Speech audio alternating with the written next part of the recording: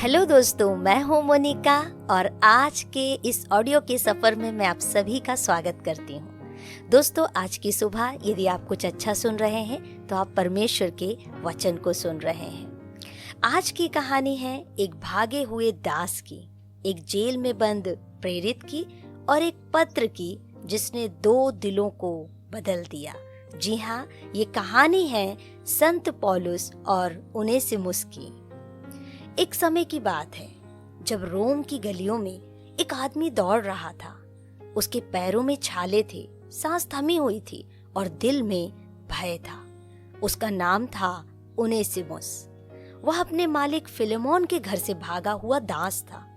वह जानता था अगर पकड़ गया तो मौत निश्चित है, लेकिन उसका दिल चाहता था आजादी। और आजादी की तलाश में वह जा पहुंचा उस व्यक्ति के पास जो खुद कैदी था लेकिन जिसकी आत्मा आजाद थी, संत पौलुस। उनेसिमुस ने कहा, मैं एक दोषी हूं, मैं एक भागा हुआ दास हूं। पौलुस ने उसकी आंखों में देखा और कहा, नहीं पुत्र, तू वह आत्मा है जिसे मसीह ने ढूंढ निकाला है। और वहीं से शुरू हुआ एक नया सफर, आत्मा का सफर। पौलुस ने उसे प्रेम, क्षमा और उद्धार का मार्ग दिखाया। उनेसिमुस अब केवल शरीर से नहीं, आत्मा से भी मुक्त हो रहा था, लेकिन बदलाव वहीं रुक नहीं सकता था। पौलुस ने एक दिन कहा, अब तुझे लौटना होगा फिलेमोन के पास, लेकिन इस बार तू दास बनकर नहीं, मसीह का भाई बनकर लौटेगा।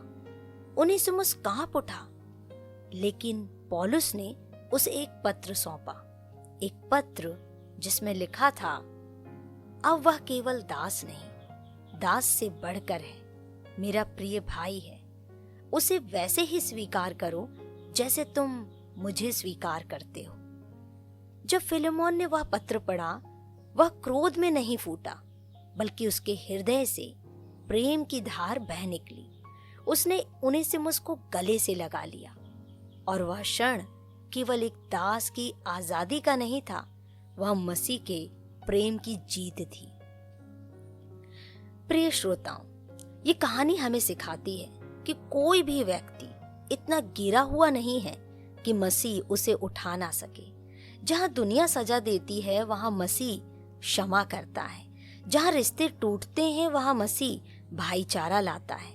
तो सोचिए, क्या आपके जीवन में कोई उनेसिमुस है जिसे क्षमा की जरूरत है, या शायद आप स्वयं उनेसिमुस हैं जो लौटने से डर रहा है? आज मसीह आपको बुला रहा है, लौट आओ, अब तुम केवल दास नहीं, मेरे भाई हो।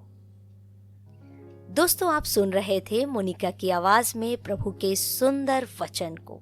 आज के वचन के द्वारा यदि आपने आशीष पाई है तो इसे ज़रूर दूसरों के साथ शेयर करें और लगातार मेरे साथ इन ऑडियोज़ को सुनते रहें और प्रभु के वचन में बढ़ते रहें। और आपको मेरे द्वारा बोली गई बाइबल की ये सुंदर प्रेरणादायक सच्ची कहानियाँ कैसी लगती हैं, मुझे कमेंट करके आप ज़रूर बताएं। यदि आपने मेरी पिछली ऑडियोज़ को नहीं सुना है तो ज़रूर से उन्हें सुने और प्रभु के वचन के द्वारा आशीष पाएं। आप सभी को जय मसीह की।